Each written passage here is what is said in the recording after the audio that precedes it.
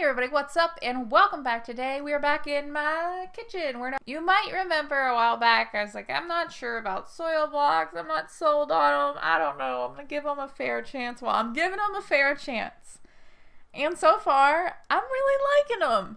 I didn't think I would, but so far I kind of do. You might be wondering, well, what made the difference? You didn't like them at first. Well, the use of a potting bench or a potting tray, this green potting tray, it made all the difference in the world. I swear, this potting tray, it was $12 on Amazon. It is one of the best investments that I've made for gardening. That's being a little bit dramatic. It's not one of the best investments I've made for gardening, but it is so helpful, especially when it comes to making these ding-dang soil blocks. Making them is a time-consuming process, okay? Just accept that, okay? You've just got to go ahead and accept it. It's going to take a while to make all these soil cubes. But I feel like after transplanting the other soil cubes that I started in the spring, the ease of transplant is so much easier than separating seedlings and popping them out of plugs and things. It's so much easier. I guess it makes it worth it. I don't know. People are going to be different. People are going to feel differently about it depending on your personality and depending on who you are. So the soil blocks are kind of starting to win me over. I mean, everybody who farms seems to love them. So, I mean, there's obviously a reason why they love them. And maybe I just needed a little extra, a little extra time to see their greatness. I don't know. Anyway, to make a soil block, you're going to take your soil. I'm just using potting soil. I've been using potting soil. I've not had a problem with the potting soil. If you do use it, you might have to sift out some of the big stuff. Like I had this sack of Miracle-Gro here that I got from the hardware store. And it had a couple really big rocks in it. I'm not going to put rocks in my soil blocks. Ooh, that rhymed. Anyway, you might have to sift it a little bit, but that's no big deal to me. Potting soil is just pretty much the only thing that's readily available to me. I mean, I could go seek out a special seed starting mix or make one on my own. But let's be real, I live in a tiny house and I don't have the room to be mixing up a batch of potting soil. I don't have a greenhouse. I don't have a garage. I ain't got the room to be mixing up a batch of my own seed starting mix. What do you think? What do I look like? I'm just some person with a yard. Okay, I'm done making excuses for myself. I feel like I'm trying to convince y'all, I'm sorry I use potting soil. Anyway, that's what I use.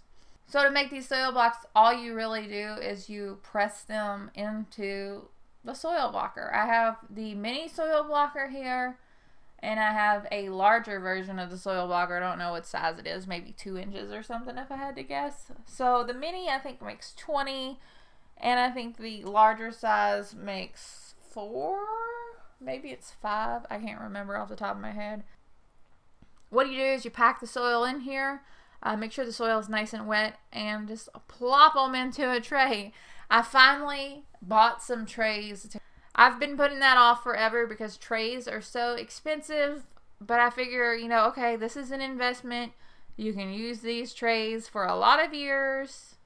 Just go ahead and buy some trays. It's fine. I had to talk myself into buying trays. I hate spending a lot of money on garden stuff, especially with the yard and where I am now.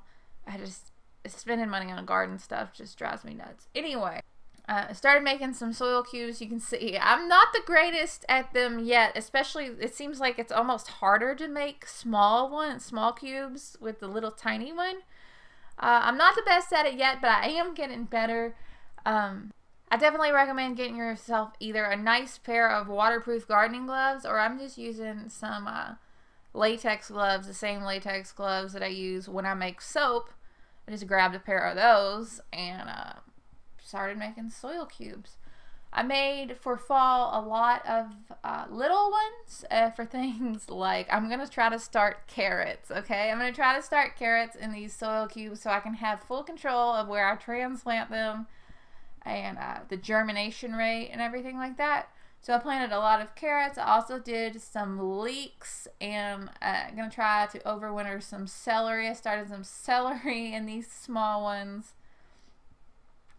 Just really a lot of seeds. I'm not quite sure how the germination rate is going to go. We'll have to see. Your guess is really as good as mine. I'm still at the point in my gardening career where I guess a lot. When it comes to starting a fall garden, I do a lot of guesswork. I'm not the best at starting fall gardens, especially, you know, during the summer when temperatures are still real high. Also made a lot of really, really large soil blocks. I planted some broccoli, Brussels sprouts, cabbage, and cauliflower. I did about 20 plants each of those. Even though, you know, actually making these soil blocks takes a really long time, I will say it helps you conserve your seed a lot. I only used 20 seeds, whereas, you know, starting seeds, another method, I might have used the entire pack and just planted them real densely. So I feel like I'm definitely getting a lot more actual, you know, plants for my money than I would. I'm being a lot more careful with my seed quantities when I'm planting out these soil blocks, so that's definitely a good thing too. So basically what I did is I took my my fall crops, these seed block trays, I took them out in the yard. I gave them a really gentle misting with the garden hose. Obviously, you're not going to want to blast these with the garden hose. They need to be misted. Another aspect of this is that if you live somewhere like me where you get torrential downpours, these are going to need protection. So what I did is I put these on the ground. I mean, I don't have a table or anything, next to my privacy fence. That way they're going to be in the shade. They're going to be sheltered from the hot sun right now. Temperatures are in the high 90s right now. Heat indexes are like 105 pretty frequently right now. That's obviously not good broccoli weather. 105 degrees is not good broccoli weather. So what I did is I got my Agribon 15 fabric. It might be 19, whichever one is the insect barrier. And I draped that over the fence to completely protect these from the rain. So a little bit of rain will get through there. It won't be a big deal, as long as they're not going to get just pounded down by rain. In addition to protecting them from the rain a little bit, I'm also protecting them from things like cabbage moths that are flying all around the yard. Don't want any of those to get on there. And I'm also giving them just a little bit of extra shade. Not much, because this, you know, this row cover is really thin. Not much, but just a little bit, just enough. If you don't want to buy a huge roll of the Agribon, they do sell it in, like, I think it's 10 by 10 sheets for, you know, home gardens.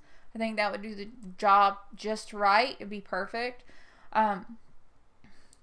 So really, after the initial investment in this, I do feel like it would be feasible, you know, especially on the long term, since every year you'd be reusing the same equipment, and, you know, aside from your seed starting mix, I do think it would be, you know, a good investment in the long run. All this stuff seems very sturdy and seems like it's built to last for a good while. I think I'm slowly coming around to the idea of soil blockers. Who knew, right? I know, baby steps for everybody. Anyway, that's about it for this video. I hope that it was somehow helpful. If it was, be sure to subscribe. I would love to have you. I'm making new videos pretty frequently, or at least trying to. We were trying to get to 10,000 subscribers by the end of this year. I don't think it's going to happen, but we'll try our best. If you do subscribe, hit that little bell icon thing. I don't know what it does anymore. YouTube, sometimes they just don't even bother. I don't know what YouTube's doing, but maybe my videos will show up. I don't know. Share it with your friends, all that good stuff. I hope y'all are having a great day, and I'll talk to y'all later. Bye, guys.